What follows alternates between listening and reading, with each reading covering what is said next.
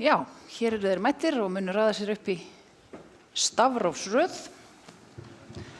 Eflaust margir spenntir að heyra viðbrögð þeirra við því sem hér hefur framkomið. Það var náttúrulega verið frá byrjun þessa þings verið að kalla skýrt eftir einhvers konar samvinnu eða sáttmála milli atvinnulífs og stjórnvalda, eins konar þjóðarsátt og það hefur verið bent á tillögur til úrbóta eftir þessa miklu lægð í íslensku efnahagslífi. Og það er kannski ekki úr vegi að fá stutt viðbrögð. Ég legg áherslu á að þið verðið gagnorðir vegna þess að þetta er þrátt fyrir allt knappur tími, hálftími sem við höfum og þið eru 5. Byrjaði að fá stutt viðbrögð við þessum hugmyndum sem hér hafa verið lagðar fram og því sem hér hefur verið sagt. Ef við byrjum á þér, Steingrímur. Já, takk. Ég þakka fyrir boðið og ánægjulegt að vera hér og hlusta á þessi erindi. Ég ætla nú að byrja á því að þakka Hreggviði, frænda mínum, fyrir að vitna í greinargerð fjárlagafrumvarpsins frá 2011. Ég samdi þennan texta sjálfur og ég hef ekkert skipt um skoðun. Ég vil líka þakka viðskiptaráði fyrir gott samstarf, ekki síst Finni Oddssyni ef ég má frá fyrrverandi framkvæmdastjóra, meðal annars við undirbúning og gerð McKinsey-skýrslunnar og ég bind miklar vonir við þann vettvang og mér finnst ég svara að hluta til spurningunum samráðið með því. Ég er ákaflega ánægður með samstarfsvettvanginn aukna hagsæld og fyrsti fundurinn í gær, eða fyrradag var það, mjög góður. Höldum því áfram. Ég er búinn að renna yfir þessar tillögur og þær eru margar ágætar, sumt af þeim er nú að hluta til í framkvæmd, vil ég meina, eins og það sem hér er talað í sambandi við ferðaþjónustuna, að lengja ferðamannatímann og svo framvegis, en nákvæmlega það sem hefur verið að gera með Íslandi allt árið og fjárveitingum og framkvæmdasjóði ferðamála og svo framvegis. Ég er líka alveg til í að skrifa upp á tillögu SKAH 25% tekjuskatt á fyrirtæki og engar undanþágur. Bara komið með pennan. Erum við ekki með 20%? Ég ætla bara að segja almennt það sem að ég held að skipti alveg sköpum fyrir Ísland á komandi árum og það sem við þurfum. Það er útflutnings, framleiðslu og hugvitsdrifinn hagvöxtur. Það er það sem við þurfum. En hann þarf að vera fjölbreyttur. Við erum ekki að setja öll eggin í eina körfu. Hann þarf að vera sjálfbær og hann þarf að vera jafn. Það sem við þurfum ekki er einhver skuldsettur bóluhagvöxtur þó hann líti falleg út á pappírunum í 2-3 ár, upp á 5 eða 7%, sem endar í hruni. Við eigum að vera búin að læra það er skammgóður vermir. Sérstaklega verðmætin voru aldrei raunverulega þarna til staðar heldur voru tekin að láni.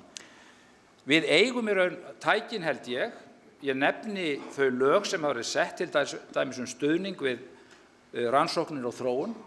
Það fara 1100 milljónir í það á þessu ári að endurgreiða til nýsköpunar og sprotafyrirtækja útlagðan kostnað í rannsóknar og þróunarverkefnum. Ef við eigum meiri pening á komandi árum, þá myndi ég mæla með því að við bættum því þarna inn og hækkuðum fjárhæðarmörkin þannig að nýsköpunarfyrirtækin, tækni- og þekkingarfyrirtækin sem eru að vaxa, eins og CCP, fái þá meiri stuðning inn í þeirra rannsóknar og þróunarstarf. Ég var að hlusta á Hilmar niðri í háskóla í dag og það er stórkostlegt eins og þið vitið. Við komum nánar að framtíðarsýninni seinna. Ég ætla að þakka þér fyrir, Steingrímur, fá viðbrögð frá þér, Sigmundur Davíð Gunnlaugsson. Já, takk. Og eins og nefndir, þá var gegnumgangandi í erindunum bæði í rauninni kynningunni og öðrum erindum sem hafa verið haldin hér mikilvægi samvinnu. Og hvers vegna menn geti ekki bara lagt ágreining til hliðar og unnið betur saman af því sem að virðist vera augljóst að þurfa að gerast. Og þetta er svo sem ekkert nýtt. Maður hefur heyrt þetta mjög oft og sérstaklega hefur maður heyrt þetta mjög lengi frá þeim sem að eru í viðskiptum. Af hverju geta stjórnmálamenn ekki bara unnið saman af því sem að er augljóst, hluti sem er nánast hægt að reikna út eða að minnstakosti dæma út frá reynslu annarra. En vandamálið er bara það að það er ekki allir framsóknarmenn. Þrátt fyrir allt, þá hafa menn mjög ólíkar skoðanir á því hvað eigi að gera og hugmyndafræði til vinstri eða hægri er ennþá alltof ríkjandi í pólitík. Telurðu þá að átökin séu mikil til að sé hægt að ná einhverri sátt þessi mál? Sko, það sem hefur bara komið á daginn, sérstaklega eftir efnahagshrunið, og við vorum kannski búin að gleyma þessi aðdraganda hrunsins þegar að allt einhvern veginn virtist nánast sjálfgefið. En eftir hrun höfum við séð að sósíalistar eru ennþá sósíalistar og frjálshyggjumenn telja ennþá að algjört frelsi og markaðurinn munu leysa alla hluti. Þannig að menn eru aftur komnir í þessa gömlu pólitísku hugmyndafræði. En það sem ég raun að segja er að vandamál stjórnmálanna er að það er alltaf mikið stjórnmáliðum. það þarf í rauninni að fara að líta á hvert og eitt úrlausnarefni bara meira út frá staðreyndum og rökum en gert hefur verið. Og ég held að það sé alveg tækifæri til þess, og ef að menn gera það, og það nú reynslan sýnt jafnvel á þessu kjörtímabili, að ef menn fara að skoða hlutina í sameiningu út frá fyrirliggjandi staðreyndum, þá gengum við miklu betur að vinna saman og komast að sameiginlegri niðurstöðu og fylgja því eftir í sameiningu til langrar framtíðar og skapa þá þennan stöðugleika sem að vantar. En það er hitt stóra vandamál stjórnmálanna að þau hafa ekki verið að skapa stöðugleika, heldur þvert á móti að skapa óvissu. En hér er einmitt verið að kalla eftir slíkri sátt. Já. Mundirðu telja að það væri ómögulegt? Vegna hugmyndafræðilegs ágreinings á milli flokkana? Kannanir sýna að framsóknarmönnum er að fjölga, þannig að það er ekkert ómögulegt í þessu.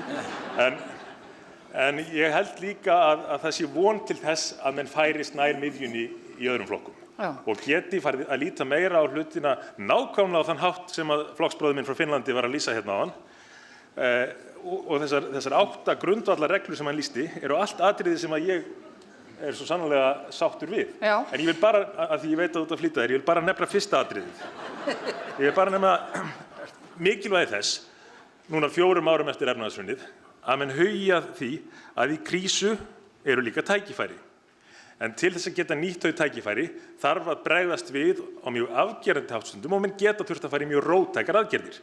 Þau tækifæri sem voru til staðar til þess að fara í róttækar aðgerðir hér í upphafi og nýta í rauninni það að Ísland hafi verið afskrifað efnahagslega, þau voru ekki nýtt þá. En það er ennþá tækifæri og stór úrlausnarefni og ef við vinnum saman bara út frá staðreyndum og rökum, þá er ég gríðarlega bjartsýnn á framtíð Íslands. Takk fyrir þetta, Sigmundur. Hvað segir þú, Guðmundur Steingrímsson? Já, ég var einu sinni í Framsóknarflokknum og er það ekki lengur. Og eftir að hafa prófað nokkra flokka, þá hef ég komist að þeirri niðurstöðu að það sé full þörf á pólitískri nýsköpun. Og ég var til dæmis hjartanlega sammála þeim partíi ræðu SKA og hér áðan, þar sem hann fór yfir það og vitnaði í íþróttamanninn nauðsyn þess að við tækjum áhættu og við gerðum eitthvað nýtt og reyndum að brydda upp á nýrri hugsun og nýrri nálgun. Og ég var rauninni sammála flestu í hans ræðu og mjög mörgu í skýrslunni sem hér er fyrirliggjandi. En nákvæmlega þessum punkti, ég tók hann sérstaklega til mín. Við erum að þessu í Bjartri framtíð. Við erum að reyna að búa til stjórnmálaafl sem er hannað til þess að takast á við þessi viðfangsefni. Við búum í veröld þar sem við erum að glíma við umhverfisvá sem við verðum að glíma við sameiginlega, við erum að glíma við alls konar hættur í alþjóðlegu efnahagskerfi sem við verðum að glíma við sameiginlega. En hvernig líst þér þá á þessar tillögur sem eru hér að koma? Líst mjög vel á þær og mér finnst líka að við verðum aðeins að eyða ákveðnum misskilningi. Þetta snýst ekki það að við ætlum að eyða ágreiningi. Við ætlum ekki bara að hætta að deila. Ég held að við Sigmundur verðum að vera alltaf, held ég, mjög yfirgripsmikið, mikið ósammála ýmislegt, en við verðum að líta á það sem kost. Og við verðum að kunna að líta á okkar ólíku viðhorf, okkar ólíku nálganir, okkar ólíku reynslu sem kost. Þannig að Björt framtíð til dæmis byggð þannig upp að við sameinumst ákveðin grundvallaratriði og síðan höfum við skapað á netinu vettvang þar sem allir leggja í púkk sínar leiðir. En hér erum við að ræða efnahagslíf og atvinnumál sem að væri gaman að fá. Akkurat. Og núna tel ég að við séum á þessum tímapunkti í samfélaginu að við erum búin að skrifa 180 skýrslur og við erum með ferlega gott veganesti. Og núna eigum við að fara að taka ákvarðanir og eigum að fara að framkvæma. Og ég held að þar komi brotalamir stjórnmálamenningarinnar best í ljós, að við eigum erfitt með að taka ákvarðanir og eigum erfitt með að standa við ákvarðanir og því þarf að breyta. Eitt stærsta verkefni sem að ég held að sé fyrirliggjandi út frá þessum skýrslum sem ég les, út frá þeirri nýjustu og umræðinni hér í dag, er að það þarf að minnka sóun á Íslandi. Það þarf að bæta nýtingu fjármuna, bæta nýtingu vinnuafls, við þurfum að nýta tækifæri betur, við þurfum að nýta auðlindirnar okkar betur. Þetta er stærsta einstaka svona almenna fyrirliggjandi verkefni sem að blasir við. Auka framleiðnina, takk kærlega fyrir. Bjarni, hvað segir þú? Þeir komu svolítið inn á það að það eru átök og það eru átakahefð í stjórnmálunum. Er einhver grunnur að því að menn nái saman og hvernig líst þér á það sem að hér hefur verið sagt varðandi þessar tillögur viðskiptaráðs og ræðu SKA? Já, mér líst mjög vel á það sem framkom í ræðinu og mér líst líka vel á margt af því sem að segir í þessari skýrslu. Skýrslan fjallar ekki bara það að við þurfum að auka hagkvæmni og framleiðni í einkageiranum, heldur líka í opinbera geiranum. Og það sé jafnvel eitt af okkar stærstu velferðarmálum. Getum við náð saman á vettvangi stjórnmálanna og milli stjórnmálanna og aðila vinnumarkaðarins til dæmis? Já, við höfum ekki bara okkar eigin sögu það, við erum með dæmi það, við sjáum líka það sem að gerast annars staðar. En því miður höfum við á Íslandi verið föst í ágreiningi stór mál. Við höfum til dæmis verið að deila allt of mikið það hvernig við ættum að umgangast grunnatvinnuvegina. Skýrsla McKinsey sýnir að við erum hagkvæmust í því að reka sjávarútveg í heiminum. Við erum líka að fá töluvert góðan arð af nýtingu orkuauðlindanna, þó að aðrir séu kannski að gera betur eins og dregið var upp hérna á skjánum áðan. En hann talaði það að við ættum ekki að vera að éta útsæðið. Ég held að við höfum einmitt verið að gera það á þessu kjörtímabili. Með hverju? Ráðast að grunnatvinnuvegunum í stað þess að leyfa þeim að blómstra í friði.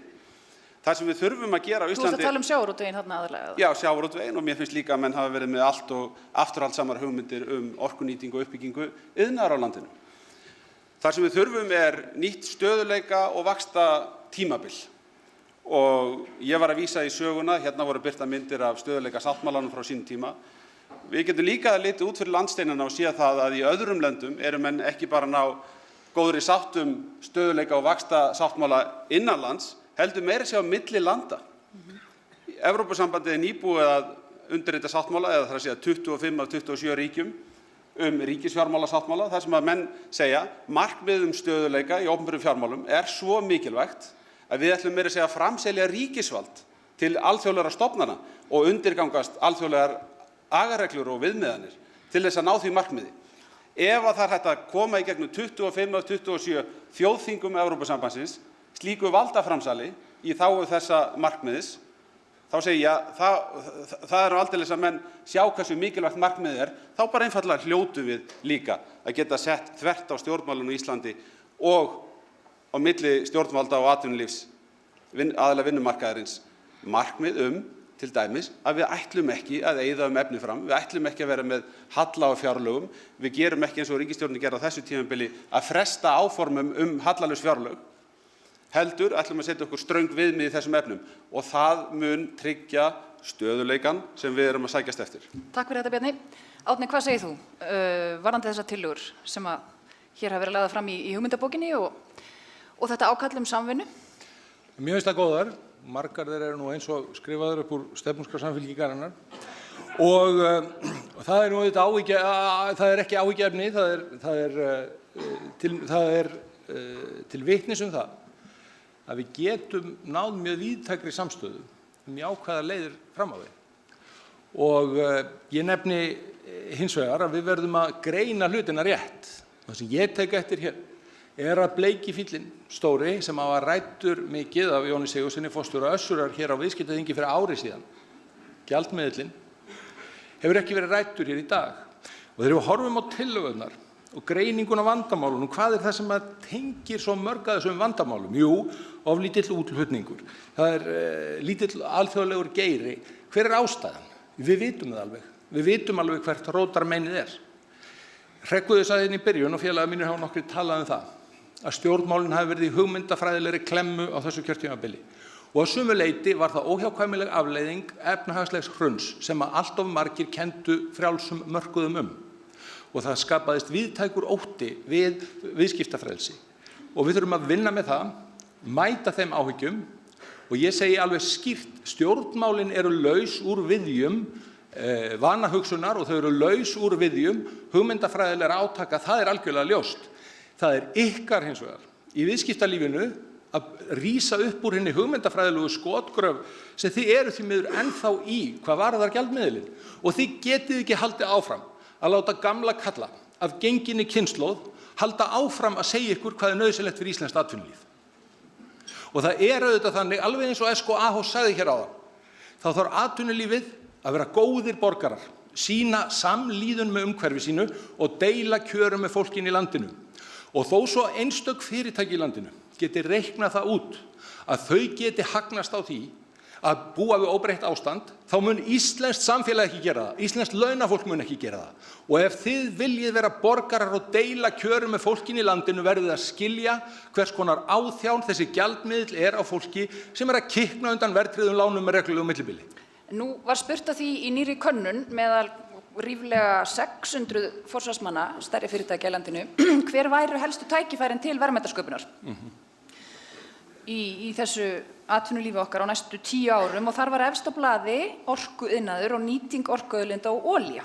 Og næst kom ferðaþjónustan og þar á eftir sjávarútvegur og svo hugvit og nýsköpun og svo koll af kolli. Og mig langar til þess að athuga hvort það samhljómur í þessum hugmyndum,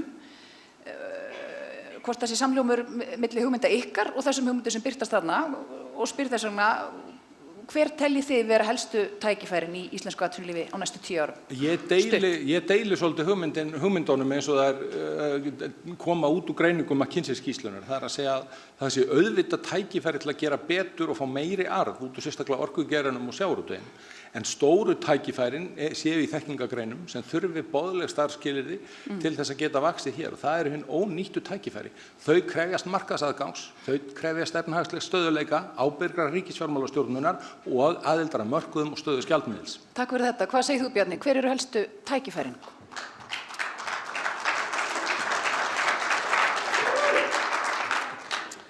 Tækifærin sem við stöndum frammi fyrir eru á fjölmörgum sviðum. Við getum gert betur í nýtingu auðlindanna eins og hér hefur verið nefnt, bæði á sviði sjávarútvegs og í orkufrekum iðnaði. Ég held við séum langt í frákomin að einhverjum endamörkum varðandi verðmætasköpum á þessum sviðum.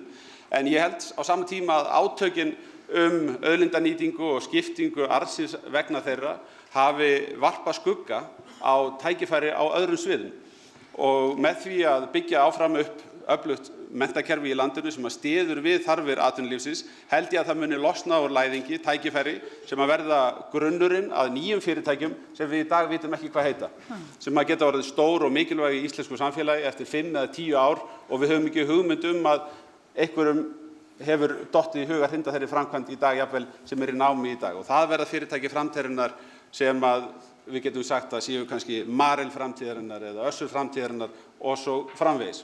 Auðvitað þarf til þess að þessi kraftar losni úr læðingi, ekki bara hægt að deila sjávarútveg og orkunýtingu. Við þurfum að laga umhverfið og eyða pólitískri óvissu.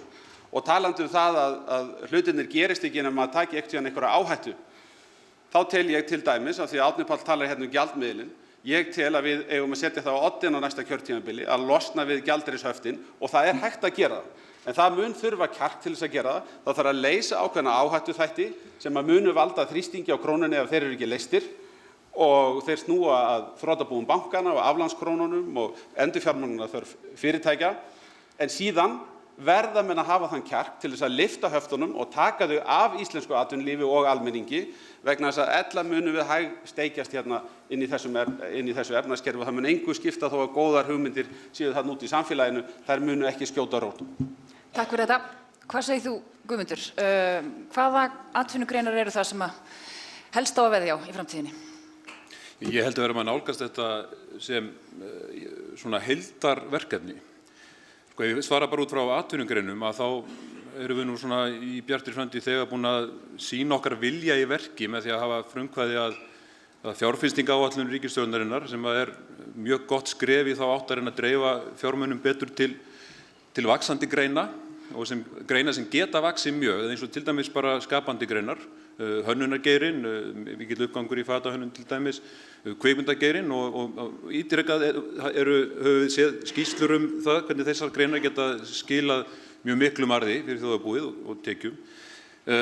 Orkugeirinn held ég að það sé gríðarleg verkefni og það er eins og kemur fram í McKinsey skýrslunni að þar er framleiðni miðað við fjármuni sem við setjum í orkugeirann mjög lítill og mér finnst að vera ærið verkefni að fá meira verð fyrir þessa auðlind og nýta þá peninga til þess að skapa betri almennir skilyrði fyrir atvinnurekstur í landinu. En svo finnst mér líka mikilvægt, og ég ætla að taka upp þráðinn það sem ég endaði áðan, það sem lærdómur minn af öllum þessum skýrslum er sá að það sé verkefnið að bæta nýtingu almennt í íslensku samfélagi, minnka sóun.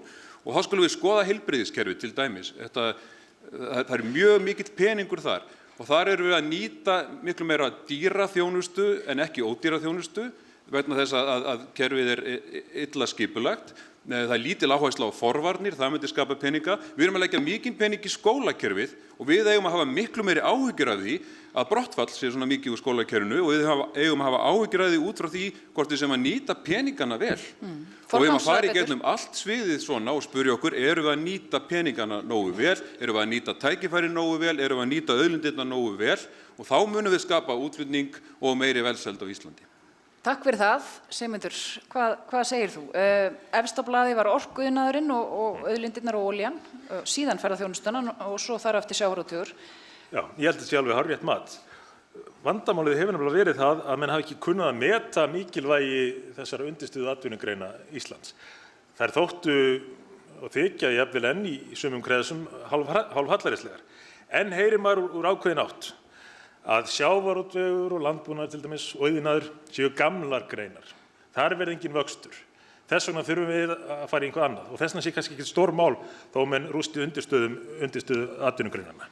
En málið er nefnilega það að undirstöður, eðli málsins samkvæmt, á þeim byggir allt hitt. Og þegar menn vilja sjá aukna nýsköpun, þá þurfa þeir að hafa eitthvað til að byggja á. Og hver er reynsla okkar Íslendinga? Á hverju hefur nýsköpun á Íslandi, svo sem best hefur heppnast byggst? Á undirstöðu atvinnugreinum, eðli málsins samkvæmt. Nýsköpun er áhættusöm. Hún þarf að byggjast á einhverju sterku sem er fyrir. Og þess vegna held ég að menn ættu að fara að gefa undirstöðu atvinnugreinunum það kredit sem að þær eiga skildar. Og svo þarf Árni Páll ekki að hafa þessar endalausu áhyggjur af þessum bleika fíl. Hann er löngu dauður og örugglega búið að hakka hann og setja í lasagna. Málið varðandi gjaldmiðilinn er nefnilega það er meira og minna allir búin að gera sér grein fyrir því, nema kannski tveir af félögum mínum hérna på þessum palli, að við verðum með krónuna næstu árin. Sama hvað við ætlum okkur í framtíðinni, sama þó við göngum í Evrópusambandið. Við munum sitja upp með krónuna til einhvers fjölda ára. Og þá þurfum við að vinna með þá stöðu. Og það gerum við eingöngu, eins og kom fram í erindinu hérna áðan, með því að renna traustari stoðum undir íslenskt efnahagslíf. Aðalatriðið er ekki hvað gjaldmiðillinn heitir, það eru þær stoðir sem hann byggir á. Aftur komum við að undirstöðum. Takk fyrir þetta. Steingrímur, hvað segir þú? Já, ég held nú að allavega lausnin sé ekki að gera alla framsóknarmönnum. Það er allt til að hafa þá eitthvað aðeins með, en hvaðan á dýnamíkin að koma ef allt er soðið niður í einhverja hlutlausa miðju? Hvernig verður sköpun til? Verður hún ekki til með margvíslegum hugmyndum sem ræða og vinna úr? Og Guð forði mér frá því að pólitíkin verði gelt með því að allir eigi að vera inn á miðjunni og það er ekki hægt að taka pólitík út úr pólitík. Það er misskilningur menn geti farið í stjórnmál án þess að vera í stjórnmál.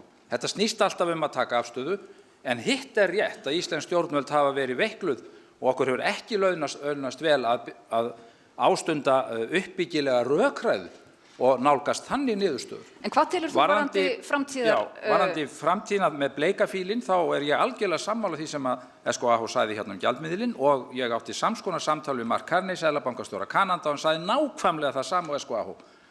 Þetta er ekki aðalega spurningin gjaldmiðilinn, heldur undirstöðurnar, þær þurfa að vera í lagi. Þá er minna vandamál að nota hvort sem heldur stóra mynd eða litla. Og hvaða atvinnugreinar eru það sem ég held að við eigum möguleika á nánast öllum sviðum. Það er búið að segja í 30 ár að nú verði ekki sótt mikið meiri verðmæti í sjávarútvegina því við getum ekki sótt meiri fisk, ekki satt. Fljótlega upp úr útfærslu landhelginnar þá byrjuðu þessar raddir að heyrast. Nú getum við ekki veitt meira, ergo ekkert meira úr sjávarútvegi. Það hefur í þessi 30 ár alltaf reynst jafn rangt vegna þess að möguleikandi til að auka verðmætin og virðisaukan eru endalausir og þeir eru enn til staðar. Ég tel að landbúnaður og matvæleiðnaður gæti verið ein af mestu vaxtar útflutningsgreinum í Íslands á komandi árum og það er byrjað að glitta í það.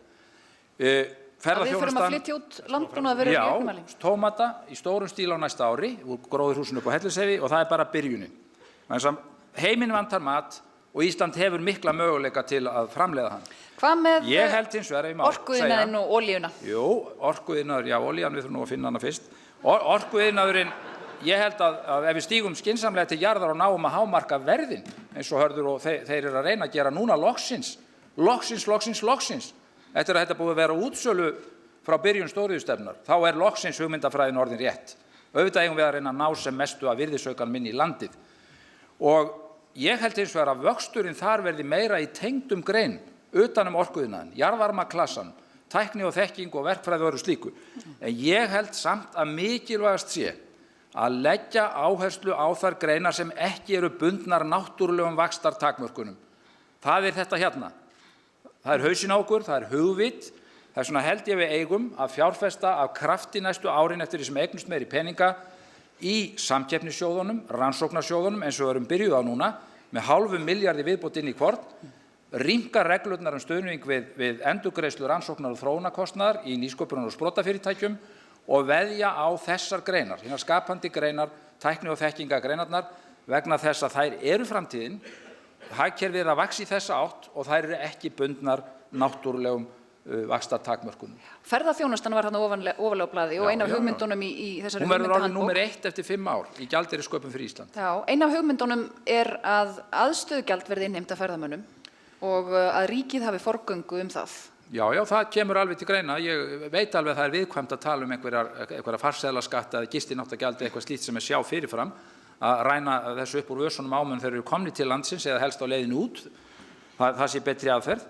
En auðvitað verður ferðaþjónustan sem fullvaxin og burðug atvinnugrein að leggja sitt af mörkum. Hún getur ekki verið í skattalegri bómull aldur og ævi. Aðstöðugjald sérðu fyrir að ríki geti farið að innheimta aðstöðugjald af ferðamönnum til dæmis við þá ferðamannastaði sem að ríkið á? Ég er hrifnari af einhvers konar passahugmynd sem að opni þá aðgang að mörgum tilgreindum stöðum heldur en að hafa einhverja kassa og innheimtur á mörgum stöðum. Það dýrt, það fer mikið í það sjálft.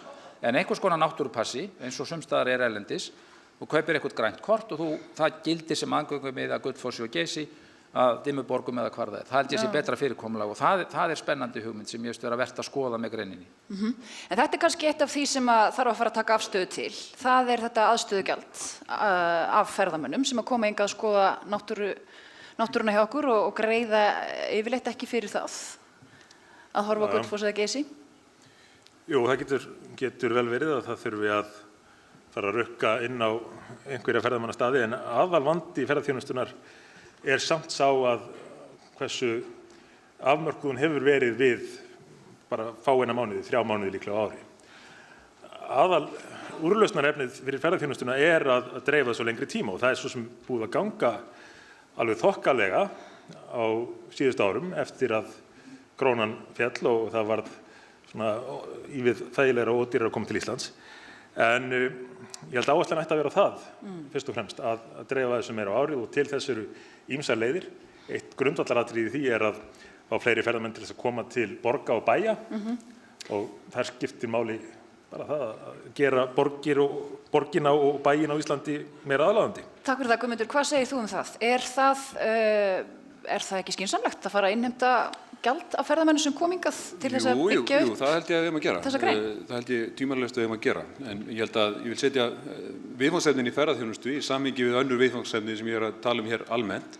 Að þarna snýst þetta það að reyna að svona hámarka þessa nýtingu. Þarna auðlind sem er ferðaþjónusta og landið okkar. Og þarna þurfum við ákveðna viðhorfsbreytingu. Við þurfum að fara að líta á þetta sem takmarkað auðlind og við þurfum að líka að taka svona umhverfisvána sem í þessu felst alvarlega vegna þess að ef það verður of mikill ágangur ferðamanna á íslenskar náttúruperlur þá eyðileggjum við nákvæmlega þau gæði sem ferðaþjónustan byggir á. Þannig að við þurfum að koma svona ákveðnum böndum á þetta en líka reyna að skapa hámarksarð að þessu. Og líka er verkefnið þarna að skapa ekki bara láglaunastörf í kringum ferðaþjónustu. Og það sem er mjög athyglisvert að það fjallað það til dæmis í McKinsey skýrslunni. Ég held svona almennt, bara ef ég má bara svona mikið á þessari hugsun, að þá sem sagt þetta verkefni að bæta nýtingu, minnka sóun, ég held að það verði best gert með því að opna þetta samfélag. Og þá ekki bara opna samfélagið viðskiptalega þannig að við mætum samkeppni og við förum þá meira á tærnar, á tábergið, íslenskt viðskiptalíf og íslenskur almenningur og einstaklingar í þjóðfélaginu, heldur líka að opna umræðuna. Við þurfum að geta talað hluti, við þurfum að geta að tala landbúnaðarstyrki til dæmis er bara verulega erfitt og krefjandi verkefni fyrir stjórnmálamann. Maður fær á innan við 30 sekúndum er maður sakaður landráð. Já. Og þetta þarf að breytast. Við þurfum að geta talað þetta bara rólega. Það er meðal annars lagt til í skýrslunni að landbúnaðarstyrkir verði afnumdir og í staðinn er bent á aðrar leiðir. Þetta er svona meðalhugmyndina eins og þetta með aðstöðugjaldið hjá ferðamönnunum. Hvað finnst þér um þetta? Ég tek eftir því að í skýrslunni er talað svona hindranir sem felast í tollum og vörugjöldum og ég held að það sé komin fyrir löngu síðan tími til þess að taka það kerfi til heildarendurskoðunar og einfalda það. Það eru svo ótal mörg dæmi sem ég veit að fólki sem hérna samankomið gæti deilt með okkur hindranir sem eru bara einfaldlega heimskulegar og við þekkjum dæmin brauðrist og samlokugrill sem er með sitthvort vörugjaldið. En varðandi ferðamennina þá held ég að það væri röng forgangsröðun að fara að leggja alla áherslu á það að fara að taka einhvers konar komugjald. Þó ég styðji hugmyndina komugjald til þess að byggja upp aðstöðu á viðkomandi stöðum. Mér finnst sjálfsagt að menn borgi fyrir aðstöðu sem endurspeglar kostnað við það að byggja upp aðstöðu við að taka á móti mönnum og ég held að það geti meira að segja verið góður business að gera það til þess að tryggja viðunandi aðstöðu á slíkum stöðum.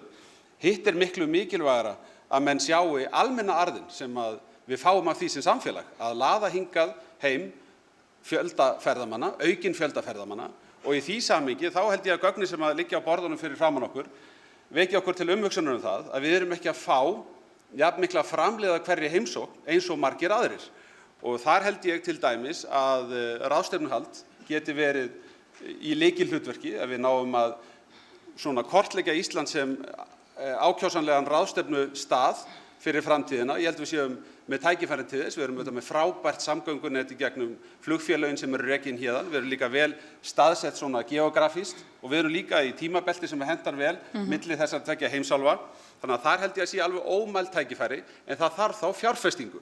Og bara núna í vetur fékk maður til sín dæmin það að svona pólitískur óstöðuleiki í tengslum við ferðaþjónustuna í landinu leiddi til þess að menn byrjuðu að afpanta fyrirhugaðar ráðstefnur hérna heima. Ég held við líka í tengslum við ferðaþjónustuna við þurfum að gera okkur grein fyrir því að einungis á næstu 17 árum mun millistéttin í heiminum vaksa úr þeim 2 milljörðum sem hún er í dag upp í 5 milljarða. Það verða 3 viðbótar milljarðar á næstu 17 árum og flestir af þessum nýju millistéttarmönnum og konum eru í Asíu. Við þurfum að vera tilbúin til að taka á móti því fólki, bæði á veitingastöðum með skiljanlegum matseðlum fyrir þetta fólk og ég hugsaði til þess að ég sá Japani á flugvellinum á Akureyri síðustu helgi. Þeir eru nú þegar byrjaðir að koma hingað til að skoða norðurljós og náttúruna og við þurfum að hafa infrastruktúrinn í landinu til þess að taka við þessu fólki, hvort sem það eru vegamerkingar eða þjónusta að öðru leyti. Það er í rauninni megin niðurstaða þessa þings og yfirskriftin, stillum saman strengi. Þetta er ákall einmitt að horfa til framtíðar og reikna með þessum þáttum og fleirum varðandi atvinnulífið og mynda einhvers konar samstarf eða þverpólitíska sátt markvissa uppbyggingu og þess vegna langar mig til þess að fá fram bæði áherslur þíns flokks í komandi kosningabaráttu varðandi atvinnulífið og svo svar við þeirri spurningu hvort það komi til greina að gera slíkan bindandi þverpólitískan sáttmála, fara í þá vinnu að búa til slíkan sáttmála sem eru þá grunnurinn að einhvers konar þjóðarsátt til uppbyggingar. Við viljum samstarf lausnir og við viljum fordómalaust samtal leiðirnar áfram. Og það er mjög mikilvægt að stjórnmálin rísi undir því að geta ráðið við það, að tala raunhæfar lausnir og finna og feta leiðina áfram. En það þýðir auðvitað ekki að menn hafa ekki ólíkar áherslur og ólíka sýn. En þetta er grundvallaratriði og ég kvíði því ekki. Áherslur okkar í kosningunum verða á fjölbreytt atvinnulíf, á uppbyggingu þekkingarhagkerfis, á trygga samkeppnisstöðu greina, á það að auðlindagjaldtaka verði eðlilegur hluti af atvinnurekstri og þar komum við að ferðamönnunum. Það er bara grundvallar forsenda atvinnustefnu Samfylkingarinnar að hún byggi á 3 meginstoðum sjálfbærrar þróunar, á henni efnahagslegu, á henni umhverfislegu og á henni félagslegu. Og þannig verðum við að nálgast allar þessar spurningar að allar greinar borgi fyrir aðganga sameiginlegum auðlindum. En síðan verður þá líka á svona samstarfsvettvangi að vera hægt að tala alvöru grundvallarverkefni. Ég tek eftir því að þeir félagar mínir hér hafa bara áhuga á því annarkvort að hlæja bleika fílinn út á borðinu eða að segja vandamálið íslenska krónuna og gjaldeyrishöft snúist að einhverju leyti skort á hugrekki eins og Bjarni sagði hér áðan. Ég bar nú einu sinni ábyrgð á þessum höftum sem efnahags- og viðskiptaráðherra og lagði fram frumvarp framlengingu þeirra nauðugur viljugur. Þá skorti nú ekkert á hugrekki hjá sjálfstæðismönnum sem vildu stytta gildistíma haftanna þannig að hann rynni út á lok þessa árs. Núna sita þeir í þverpólitískri nefnd og eru sammála það er þverpólitísk samstaða allra flokka ótímabundin höft Og ég segi bara hérna hreinskilnislega og opið, viðskiptalíf sem hefur ekki áhyggjur af þessari þróun getur ekki verið af alvöru að taka þátt í umræðu helstu megin samfélagsins. Þetta grundvallar hætta. Átakahefðin mjög rík, já, eins og hefur komið leið mér aðeins að bæta við, sko. Síðast stóðum við fram fyrir höftum í 65 ár. Vegna þess að menn horfðust ekki í augu við grundvallar veikleika og rótarmein í íslensku efnahagslífi. Þessi sömu rótarmein að þjaka okkur enn þann dag í dag og ég verð að biðja viðskiptalífið ef þið meinið eitthvað með opin umræðu.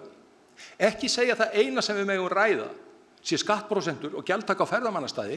Við verðum að geta rætt grundvallar atriðin hvernig þjóð sem á að vera frjálsa örlögum sínum á að geta lifað í þessu landi og hvernig atvinnulíf sem samkeppnishæft á að geta lifað í þessu landi, hvernig þekkingarstörf eiga að geta blómstrað í þessu landi og hvernig launþegar eiga að geta verið frjálsir undan endalausum kjaraskerðingum í þessu landi.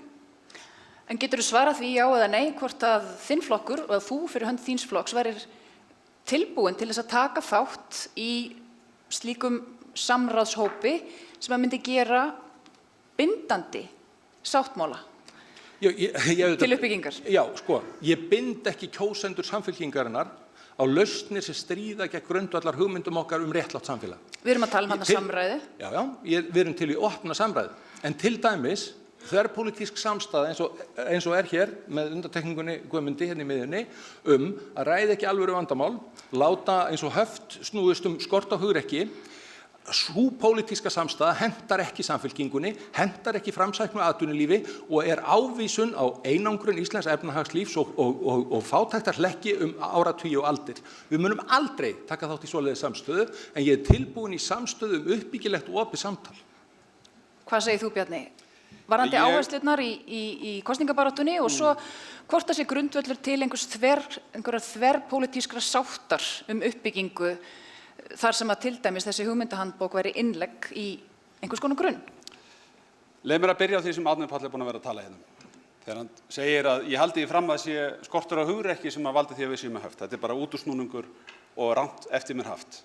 Það sem ég sagði var að þegar að því kemur að lyfta höftunum, þá verða menn að vera tilbúin til að horfast í augu við það að menn geti ekki eitt allri áhættu fyrirfram, heldur munu þurfa sína hugrekki og samstöðu að losna við höftin. Síðan því haldið fram að með nýjum gjaldmiðli þá muni meira eða minna öll vandamál sem við erum að fást við í dag leysast. Þetta tel ég að sé alrangt og mér finnst það býsna bratt og djarft af þeim sem að hafa á undanförnum 4 árum verið með stöðugar árásir á grunnatvinnuvegi landsins, halda því fram, til dæmis eftir að hafa skattlagt sjávarútveginn eins og gert hefur verið á þessu kjörtímabili og við sáum ágætlega hvað atvinnulífinu finnst þá skattlagningu hérna á glærunum áðan. Leggja fram mjög afturhaldssama rammaáætlun nýtingu auðlindanna, skattleggja ferðaþjónustuna með þeim hætti sem gert hefur verið. Þannig að þú vilt meina ágreiningurinn sé of mikill til þess að sé hægt að ná einhverri sátt? Það sem ég ætla að segja þetta. Mér finnst menn vera mjög brattir þeir sem hafa hegðað sig með þessum óábyrga hætti tala að það sé bara gjaldmiðillinn sem vandamál. Þetta finnst mér einfaldlega ekki ganga upp. En væri þú til dæmis til í að taka þátt í samræðu einhvers konar sáttmála á þessu sviði til uppbyggingar? Ég er ekki bara tilbúin í það. Ég held að sé lífsnauðsynlegt fyrir okkur Íslendinga að skapa slíka sátt. Og ég tel að kjör okkar næstu 4 til 6-8 árum muni ráðast af því hvort að slík samstaða næst á milli stjórnvalda og atvinnulífs. Og við höfum verið upplýst það á þessu kjörtímabili, hvað það þýðir þegar menn tapa þeim trúnaði, því trausti sem þarf að vera á milli aðila vinnumarkaðarins og stjórnvalda, hvers konar upplausn það býður upp á, hvers konar stöðnun, óvissu og vandamál við köllum yfir okkur með því að rjúfa þann trúnað sem þarf að vera þarna í milli. Takk fyrir þetta, Bjarni. Guðmundur, hvað segir þú varðandi áherslurnar í kosningabaráttunni til uppbyggingar atvinnulífsins og svo það hvort að þinn flokkur og þú sér til í að taka þátt í einhvers konar þverpólitískri sátt uppbyggingu ásamt með atvinnulífinu? Tvímælalaust. Ég held að það sé eitt mikilvægasta verkefni stjórnmálanna að gera langtíma áætlanir og standa við þær og gera þær ekki bara í samkomulagi flokkana, heldur samkomulagi við almenning og fólk í fyrirtækjarekstri, atvinnulífið, samtök þeirra. Og mér finnst mjög mikilvægt að horfa á þetta bjartsýnum augum. Það er búið að vinna gríðarlega mikla vinnu. Það er fyrirliggjandi mjög mikil stefnumörkun Og mér finnst að eitt stærsta verkefni núna að taka þessa stefnumörkun alvarlega, sjá samhljómin í henni og vinda okkur í verkin. Og við erum þegar byrjuð að sýna hvernig við hugsum þetta í bjartri framtíð. Fjárfestingaráætlunin dæmi þetta. Við einfaldlega sögðum, það búið að skrifa hérna skýrslu uppbyggingu í grænum iðnaði, það búið að skrifa hérna skýrslur skapandi greinar, búið að skrifa skýrslur uppbyggingu ferðaþjónustu, að liggja fyrir hver verkefnin nú þurfum að setja pening í þetta, þurfum að gera þetta. Ég held að þetta bara á svona einfaldan hátt nálgast sviðið alveg með breiðri samstöðu. Svo eru ágreiningsmál, eins og gjaldmiðillinn. Þá geri ég þá kröfu að við ræðum það. Að við ræðum málið. Það getur vel verið að við komumst ekki að sameiginlegri niðurstöðu, en við höfum að gefa okkur eitthvað tíma í það að ræða þetta mál og það eru vonbrigði þessa kjörtímabils að það hefur ekki tekist að ræða þetta almennilega. Við sem komum út góð skýrsla og við höfum Seðlabankans þetta mál, en svo verðum við að vera þá alveg óhrædd við að nýta okkur aðrar aðferðir til þess að útkljá svona ágreiningsmál eins og til dæmis bara lýðræðið. Það vill svo gleymast hversu dásamlegt það Ég held að eitt stærsta verkefni bara almennt á Íslandi, það þetta að höndla opið markaðshagkerfi. Síðast þegar bankarnir féllu líka 1930 og Bretar eru ansi reiðir þá líka, þeir áttu inneignir í þeim bönkum og þá voru gjaldeyrishöft í ykkur 50-60 ár í kjölfarið á því.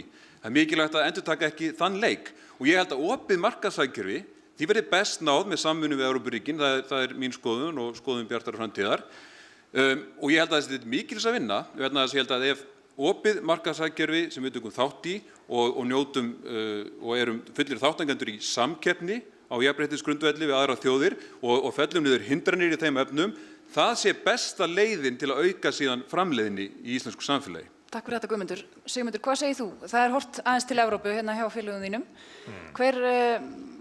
Hvernig líst þér á? Átakahefðin of rík til þess að sé hægt að ná þverpólitískri samstöðu uppbyggingu atvinnulífsins ásamt með hagsmunaaðilum og atvinnulífinu? Já, það er mikið talað þessa átakahefð í stjórnmálum ekki bara á Íslandi. En hins vegar væri mjög hættulegt ef að stjórnmálamenn færu alltaf að hafa það að meginmarkmiði að þeir verða sammála alla hluti sem eru gerðir. Það er nefnilega ekki hægt vegna þess að það mun þurfa að taka erfiðar ákvarðanir. Það mun þurfa að fylgja ákveðinni stefnu og það verður aldrei hægt að ná algjöru samstöðu það. Hvað varðar hins vegar samráð að reyna að lágmarka óvissuna, held ég að það sé mjög æskilegt. Það er ekki hægt að gera það fyrir kosningar, vegna þess að kosningarnar eiga að snúast að bera saman ólíka valkosti, en það væri mjög æskilegt að eftir kosningar, meðal annars á grundvelli þeirrar vinnu sem er reyndar að nokkru leyti komin á stað, út frá þessari McKinsey-skýrslu, að menn héldu þá áfram að reyna að fækka ágreiningsefnunum. Værir þú til í að taka þátt í slíkri vinnu? Já, ég held að það væri mjög æskilegt, en ekki bara stjórnmálamanna á milli, heldur alveg sérstaklega gagnvart frá stjórnmálunum og gagnvart atvinnulífinu og á móti. Það það sem hefur algjörlega vantað. Við sjáum til dæmis hvernig haldið er á málefnum sjávarútvegsins. Það er ekki rætt við þá sem að starfi þeirri grein, þrátt fyrir að hér séum við í þeirri ótrúlegu stöðu að vera að reka sjávarútveg sem er bæði arðbær og umhverfisvænn. Að meðan í Evrópusambandinu til dæmis er rekið það sem menn kalla ríkisstýrt rányrkja. Þrátt fyrir að vera með það sem að okkur sagt að sé besti sjávarútvegur í heimi, þá hefur áherslan verið á að ráðast á þær grunnstoðir. Já, nú tíminn að hlaupa frá okkur. Já, vildirðu vita eitthvað með Evrópusambandið eða ætlarðu að bíða með það? Ég held að þetta sé komið gott bara. Okay. En við höfum eftir að heyra í Steingrími. Já, ég fær fram á það verið fært inn í kladdan hjá drengjónum að þeir hafi komið ólesnir í tímann. Við fengum nefnilega að senda leiðbeiningar þáttakendurnir hérna uppi að við ættum ekki að vera andskotast hver í öðrum, heldur ættum við að tala áherslur okkar flokks. Og ég ætla að halda mig við það. Okkur að vísu viss vandi á höndum, áður en ég svara þeirri spurningu. Sigmundur vill gera alla Framsóknarmönnum. Árni Páll telur lítið gagni að ræða þetta fyrir allir orðnir sammála og honum að kasta krónunni. Ég held við eigum samt að tala saman, þó að þetta muni nú ekki verða lendingin alveg í bráð, að við göngum öll í Framsóknarflokkinn eða verðum öll sammála að kasta krónunni. Tölum saman og ég svara hiklaust játandi. Það fagnaðarefni að hér komi formlegur, þess vegna bindandi hvað því það innan gæsalappa það aðfararhæfur löggjörningur, ég veit það ekki, en formlegur samráðsvettvangur, atvinnulífs, stjórnvalda, fræðasamfélags og fleiri aðila fínt. Og ég held að okkur hafi skort það talsvert á umliðnum árum og áratugum á Íslandi. Danir hafa gert miklu meira þessu. Við höfum að gera það. Ég held okkar atvinnustefna gengur út á fjölbreytni. Að það sé sjálfbær, stöðug uppbygging og við vorum oft gagnrýnd hér á árum áður þegar við vorum nú að anda við kannski stóru lausnunum, þá var hýjað á okkur og sagt já þið viljið bara eitthvað annað og það áttu kannski að vera fjallagrös upp á heiðum sem við værum að tína eða eitthvað svoleiðis. Það ánægjulega sem augljóslega gerast að þetta eitthvað annað að koma inn í íslenskt atvinnulíf á fullu. Íslenskt atvinnulíf að verða fjölbreyttara. Það það. Af kannski þrennum ástæðum. Bankarnir ekki þarna. Þeir voru sko fílar í stofunni og soguðu allt inn í sig og samkeppnisskilyrði annarra greina voru erfið. Til dæmis að keppum þá við laun. Í öðru lagi var gengið óraunhæft. Allt og sterkt, nú það hagstætt og útflutnings- og samkeppnisgreinarnar hafa nýtt sér það. Og í þriðja lagi, svo einu sinni á einhverju svara til varna fyrir þessa ríkisstjórn, þá höfum við gert meira en nokkur önnur ríkisstjórn í að breyta lögum og taka upp stuðning við nýsköpun og þróun í atvinnulífinu. Af hverju settu þið ekki lög endurgreiðslu rannsóknar og þróunarkostnaðar? Samtök iðnaðarins voru með skýrslu það 1996. Það þurfti okkur og eitt stykki hrun til að gera það. Við að endurgreiða kostnað í kvikmyndagerð, við búin að stofna marga stuðningssjóði við skapandi greinar, þannig að það farið að gera sig, að það að blómstra fjölbreyttara atvinnulíf, ekki síst í hinum skapandi greinum, af því líka að það hlúð að því. Þannig við að fara út úr kreppunni og við að horfa inn í framtíðina eins og Esko var svo vinsamlegur að benda okkur á. Allt hárrétt sem þessi hokkíspílari sagði. Það ennþá betra að vita hvert verið að senda pökkin heldur en að hrúast allir í þvögu þar sem hann Takk. Við setjum punktur hérna. Takk hérlega fyrir komuna.